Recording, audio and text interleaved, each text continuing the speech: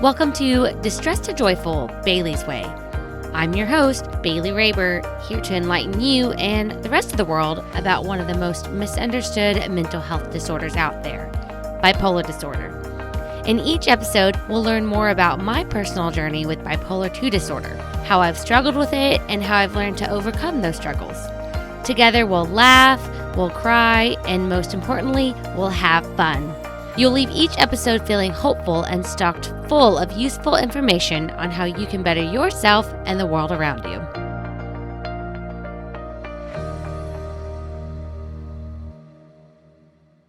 Hello, friends! So I have some really big news that I can't believe I haven't blurted out just yet. But I am going to India! Oh my God, yes, I am going to India. So long story short, my boyfriend grew up in India and he came over here to America in 2017 to get his master's degree.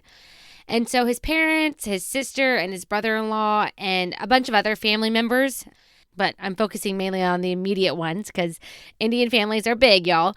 But they still live over there in India. And so I am finally getting to go over there to meet them.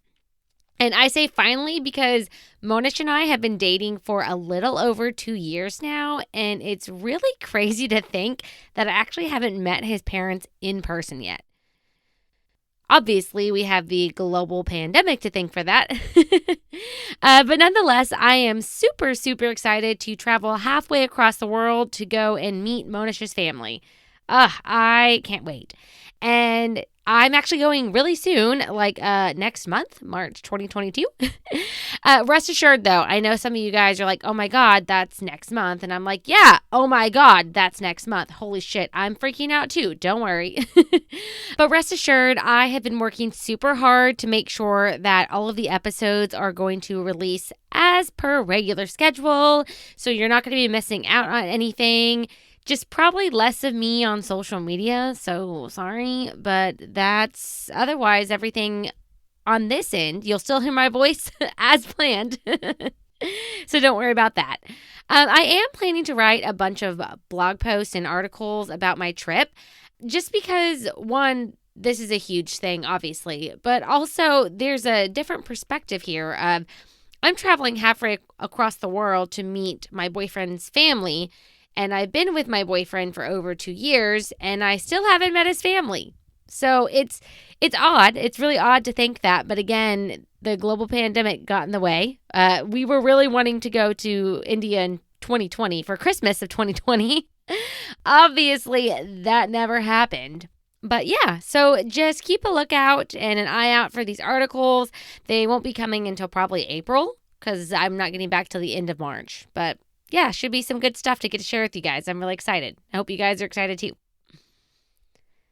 But let's go ahead and get going into today's episode, the changing of the seasons. So to clarify, by changing of the seasons, we are actually talking about why the hell I keep changing the theme and color of each season of this podcast. I'm sure some of you have been at least a little bit curious as to why, and today you will hopefully get all of the answers that you've been searching for. Or the answers that you haven't been searching for, depending on how much you've actually put thought into the colors. Or if you even fucking noticed a difference, because I'm betting that some of y'all didn't. Most specifically, if you listen on Apple Podcast, because they messed some things up and they didn't change my cover art at all last year. So all of season 2 was still showing the green, like season 1.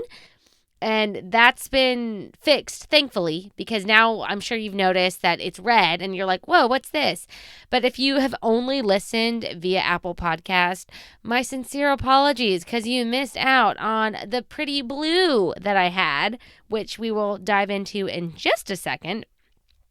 So for those of you who haven't gotten to see the blue, dude, just head on over to whatisheybales.com. That's whatisheybals doing.com.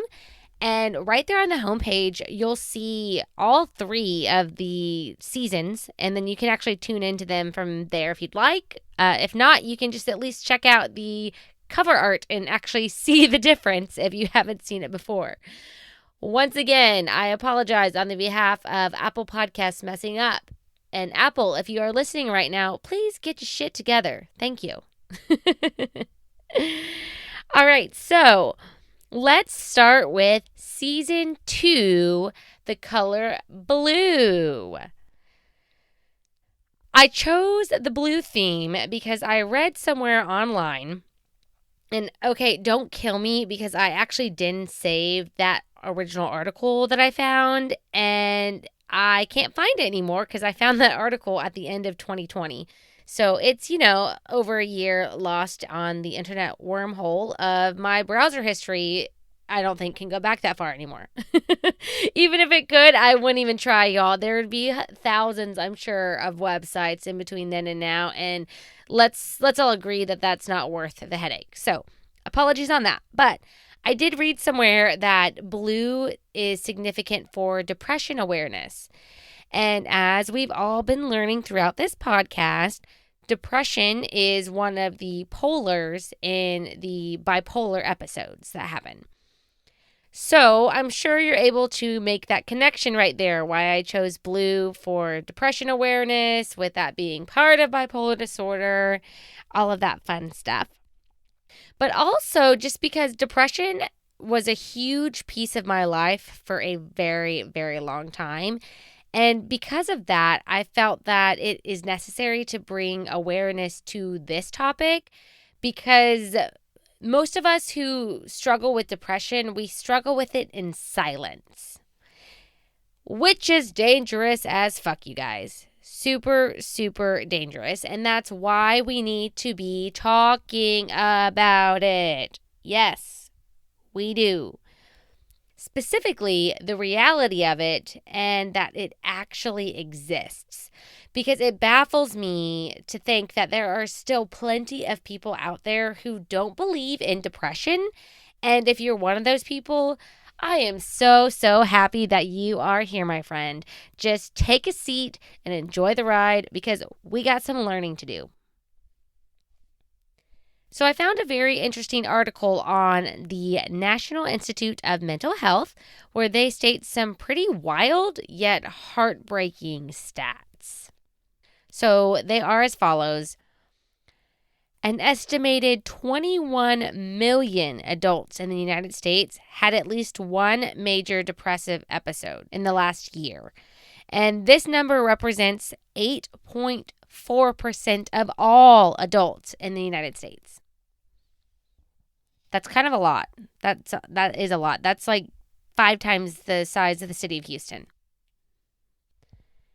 Another fact is that the prevalence of major depressive episode was higher among adult females compared to males. So the percentages, I don't know how these percentages work. So if you know how they work, please educate me. But they said that it's 10.5% compared to 6.2% in males. So again, I don't know how all of that works. And I'm going to just stop saying percentages, I think, in some of these because it's kind of confusing. They also say that the age range that had the highest number of depressive episodes was between the ages of 18 and 25. Oh, man. First, let me just say that the link to these stats are in the show notes, and I recommend that you check them out because they include some really interesting graphs that actually show the stats that I was just talking about. And it's kind of wild to see the data in visual form. I will say that. I'm a visual learner, so I am like, give me a graph to make it make more sense. That's probably why I'm having a hard time talking about these percentages with y'all right now, because I see them written out. I don't see a visual. So if you need your visual, go to the show notes and you'll find the link to this. But let's take a second to go ahead and dive into these stats, because I have to say I'm not super surprised about a lot of them. It just breaks my heart. It just straight up breaks my heart. So I'm not surprised that more adult females deal with major depression than males. And as a woman myself, that just makes sense to me because there are so many societal pressures for women to look a certain way, act a certain way, or be a certain way. And a lot of the time, us women don't fit into these unrealistic boxes that were created for us, which will then lower our self-esteem and sometimes even bring on depression. And guys, I'll admit that a good chunk of my depression in my younger days, which was between the ages of, for me, it was more 16 to 25. But I fell right in that age group. Again, that's why the prevalence of it between 18 and 25 doesn't surprise me. But a good chunk of my depression was because I didn't think I was good enough or worthy enough because I didn't fit into these dumbass made up boxes. Straight up, y'all. Oh, yeah, I can think back because I'm vocal. If you've ever met me in person, I have an opinion and I will vocalize it and I'll be blunt about it. And I'm not trying to be an asshole, but I just don't care your opinion of me anymore. Let's make that clear. Because when I was younger, I learned that being vocal and, blunt and saying how you feel was not always perceived nicely by other people because women aren't supposed to act that way, or we're supposed to just sit there and be quiet and, not make anyone feel uncomfortable. And I've always been the type to not give a fuck about that. But the problem is when I hit my teenage years, when people would talk about me or whatever the case might be, shame me for these kind of activities or my attitude or behaviors or whatever, I started to take it personally, which lowered my self-esteem, which I'm pretty sure helped to bring on the depression that I dealt with for a long time. And I hate that because I know a lot of other women are probably struggling with the same thing. And I'm glad to say that I was able to push past that and to stop caring about other people's opinions and to just live my life. Because that has made one hell of a difference, you guys. But it was also really hard to go from caring about what everybody thought to not caring anymore and just allowing that freedom to just let me blossom into the woman that I am. I will say that the book that helped me the most was The Subtle Art of Not Giving a Fuck by Mark Manson. And I'm going to put that in the show notes so that you can find it. It's also on one of my reading lists. I think the 2019 reading list. I'm pretty sure that's when I read it. But yeah, that book really helped me to stop caring about what other people thought. And when I stopped caring about that, I stopped trying to put myself in these made up boxes that other people had made for me. And when I stopped doing that, it alleviated a lot. And it helped boost my confidence and my self-esteem. So again, the book will be in the show notes. Go find the link. Go read it. I highly recommend it.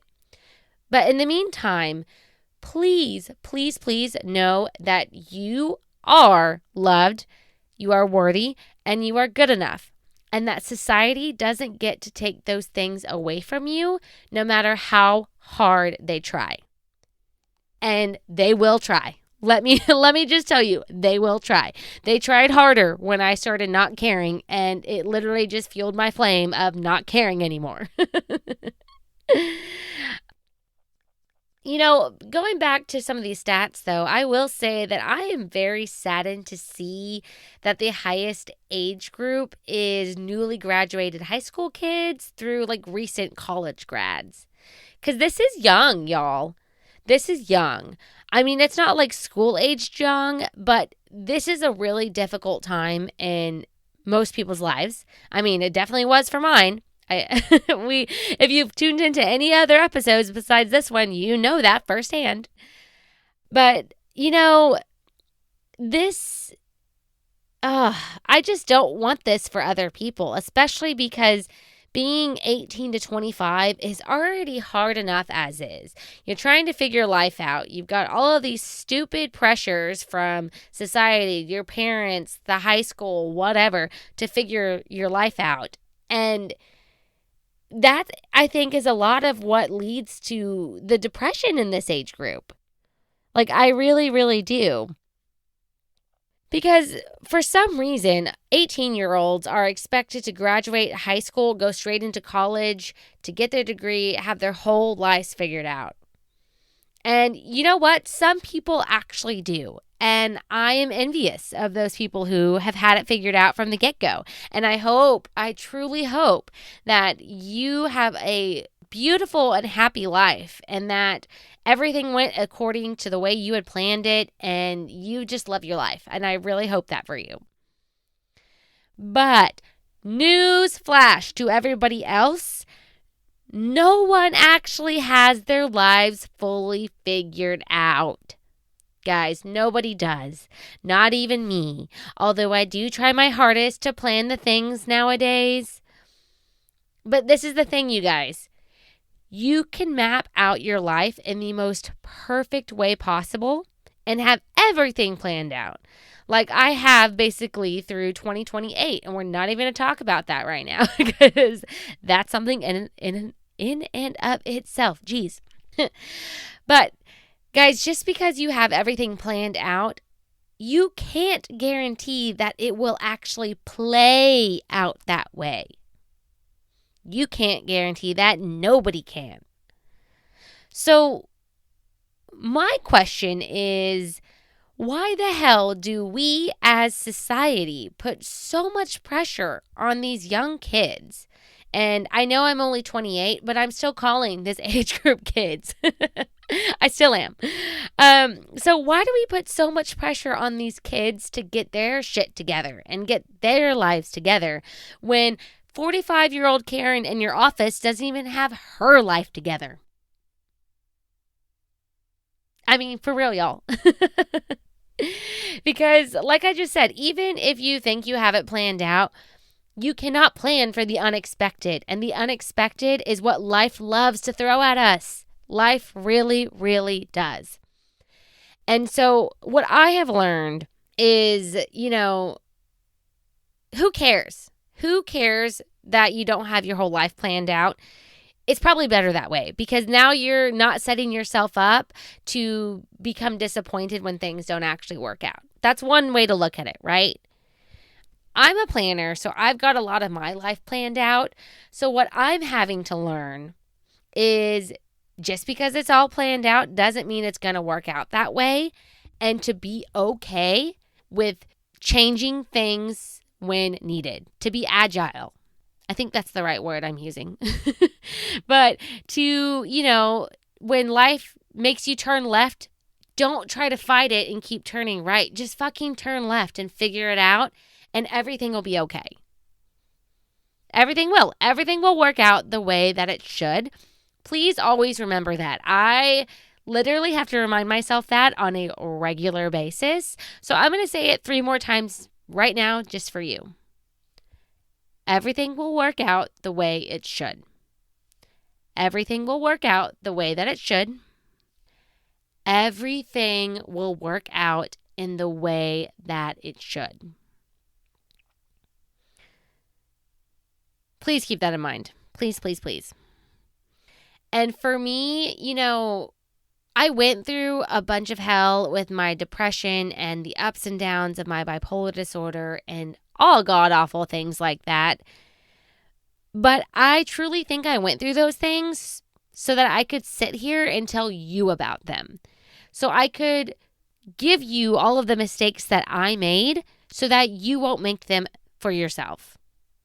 One of my favorite Eleanor Roosevelt quotes is, "Learn from the mistakes of others. You can't live long enough to make them all yourself." Meaning, learn from my mistakes. Learn from your parents' mistakes. Learn from your aunt's mistakes, your neighbor's mistakes. Anybody you can learn from their mistakes so that you don't make them yourself.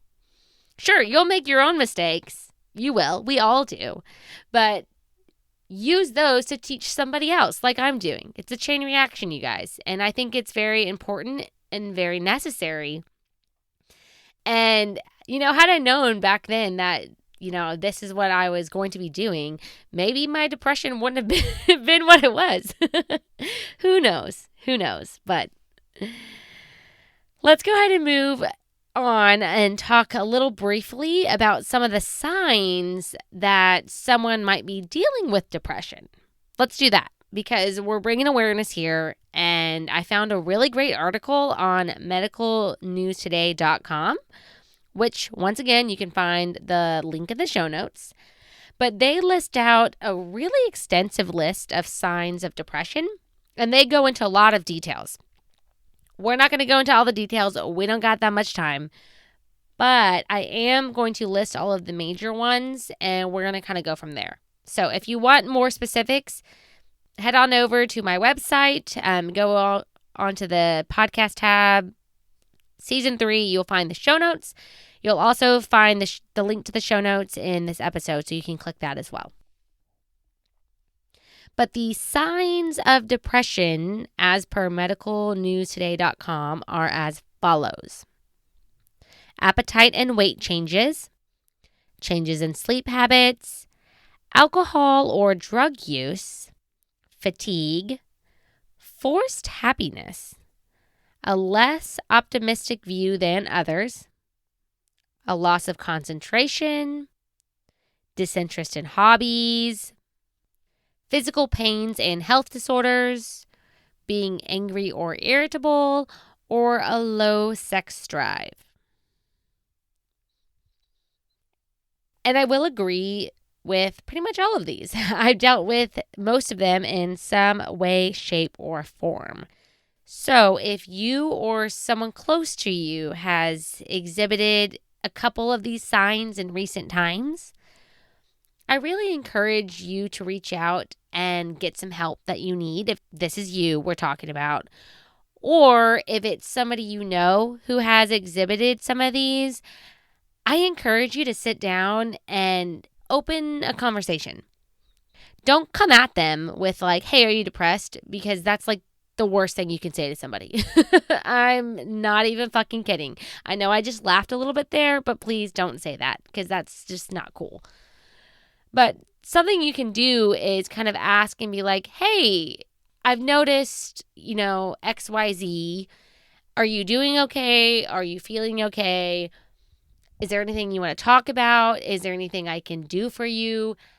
How can I help? That last one, guys, it's 4 little words. How can I help? Seriously makes the world of difference. It really does.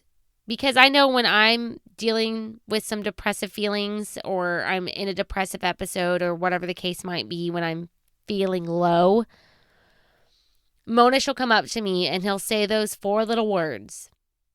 How can I help? And half the time he can't help. There's really nothing he can do to help make me feel better. But just him saying those, guys, I can't even describe the waves of relief that are just flushing through my body when he comes up and says those words to me when I'm feeling down. But it means a lot. And like I said, there's nothing he can do. And that's, I think, what makes this beautiful is because there's nothing he can do. And for the most part, he knows that when I'm in these modes that there's really nothing he can do to help. But the fact that he cares enough to ask is really all it takes. Just to send relief through my body and I start to feel better instantly. Which is crazy because it's like you can't do anything to help, but you just helped by asking what you can do to help. So, yeah, seriously, I recommend using those words, those words when talking to somebody and you're not sure what you can do, just ask. Just ask. Sometimes that's all we need is to know somebody cares, and that's the best way to show it is by asking what you can do to help them. Also, you can head on over to ADAA.org, which stands for Anxiety and Depression Association of America. Whew, too many words there. But you can head on over to that website to find help that you might need for yourself or for somebody else in terms of depression. So, again, that link will be in the show notes, so go check it out if you need it, okay? All right, and so now that we're moving backwards in the season colors, which I don't think I actually mentioned this, but we're not even going to talk about season 3 because episodes 1 and 2 did that for you. So we all know why season 3 is red. And if you don't know why, then hello, go listen to episodes 1 and 2 and get your answer. But season 1 was this beautiful green. And the color green is significant for both bipolar disorder and mental health awareness. So obviously, that was my first choice to use that as the theme for the first season of this podcast. Duh, what could be more perfect than that? But to be quite honest with you, I did not originally intend for the theme and the color of each season to change, nor was I even sure that I'd have as many as 3 or more seasons. So that is a massive win right there, and we should all take a moment to celebrate.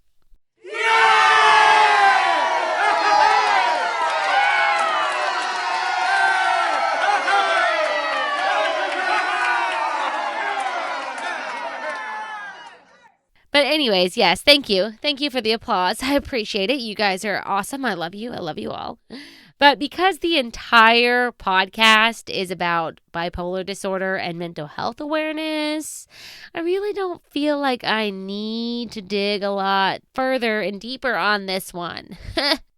If you want me to, then why don't you just, head on over to the website and go into the contact page and, shoot me a little message and say, hey, girl, you didn't tell me enough about season 1 being green and I need more. So, but if I don't get any of those, then I'm not going to elaborate. It is what it is, guys. It is what it is with that.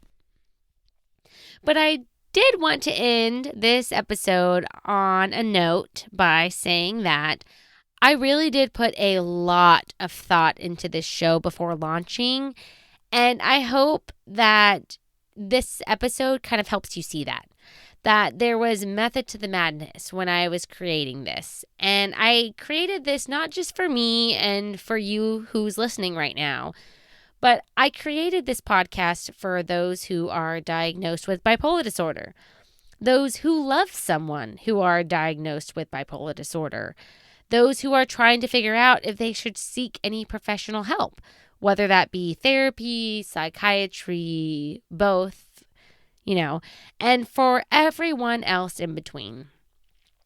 Guys, I really, truly hope that I am helping to make the world around me a much better place by using this podcast to spread as much awareness, positivity, joy, and ways that I could have avoided heartache in the past.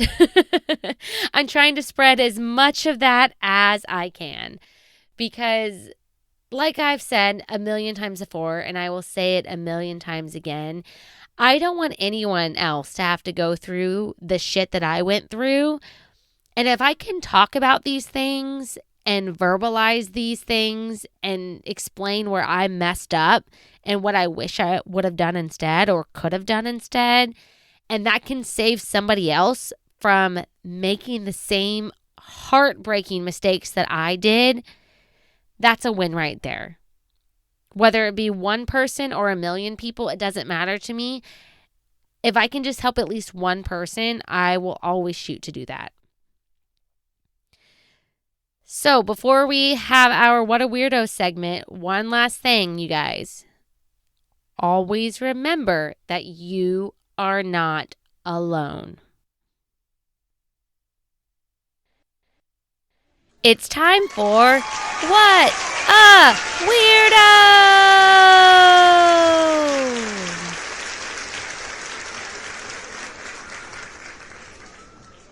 Okay, y'all. So this segment is here as a way for us to normalize weird habits that we all have but might not necessarily talk about. And it's a way to create some wholesome laughter at the end of each episode because, sometimes we discuss kind of difficult topics and we all want to laugh. Who doesn't like laughing? Like, come on.